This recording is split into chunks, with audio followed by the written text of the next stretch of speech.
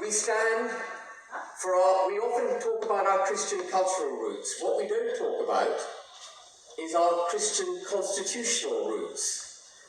Culture is downstream of the law. We were a Christian country, constitutionally. The reason the bishops sit in the House of Lords is because they represent the church in the supreme body of the United Kingdom, the law-making, adjudicating Christian body of the United Kingdom. The reason King Charles is the head of the Church of England is because we're constitutionally a Christian country.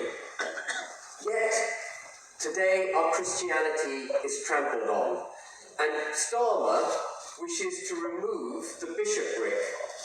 I don't know if you're aware of this. One of the things that he declared in the King's Speech when he opening of Parliament last year was that the bishopric are going to be removed from the House of Lords.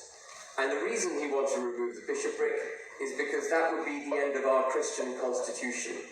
So the very nation state of the United Kingdom of Great Britain and Northern Ireland doesn't exist because we've got a border, and our constitutional Christian roots are being set aside. We have a political class that does not believe in this country and where it came from. It has extreme ideologies, some of which Howard touched on, net zero in particular, but it has extreme ideologies which stand against the welfare and betterment of the United Kingdom and its people. So as basic as it might sound, and as obvious as it might sound, I was compelled to draft the first of our four components of our mission statement to be a declaration in favour of our country and our Christian constitution. The second component of the four components of our mission statement is freedom. Of course, at the heart of freedom is freedom of speech, and we have seen our ability to speak freely being increasingly challenged and shut down. And of course this should be no surprise to you, because if the state is perpetrating and propagating extreme ideologies which are against our interests, the only way that they're going to shut us up is by curtailing free speech. The only way they can control us and deliver those assaulting ideologies is by shutting us up. So we shouldn't be surprised by the attack on free speech. We shouldn't be surprised about Starmer getting up after the Southport protests without any empirical evidence whatsoever, declaring all those who protested for fear of their own communities and what was happening through mass migration and mass illegal migration, categorizing everyone as far right. I want to return to the theme of right and left because I think it's a critical issue to reveal.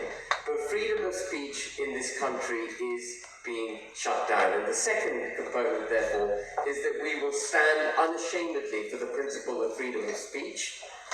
We will stand for the freedom to do as we wish with a minimalist state so that we can go about our daily lives, running our lives the way we want to do it.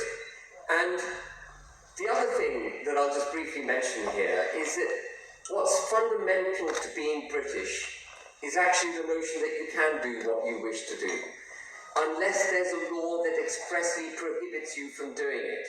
That is the opposite of the European model.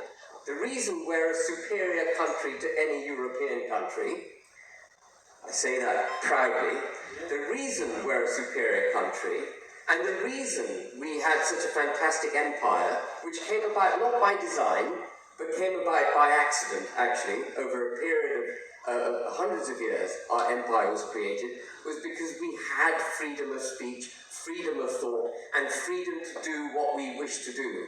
We were the entrepreneurs, the pioneers of the world. We The agrarian revolution started in the United Kingdom. The abolition of slavery at the peak of our power happened in the United Kingdom.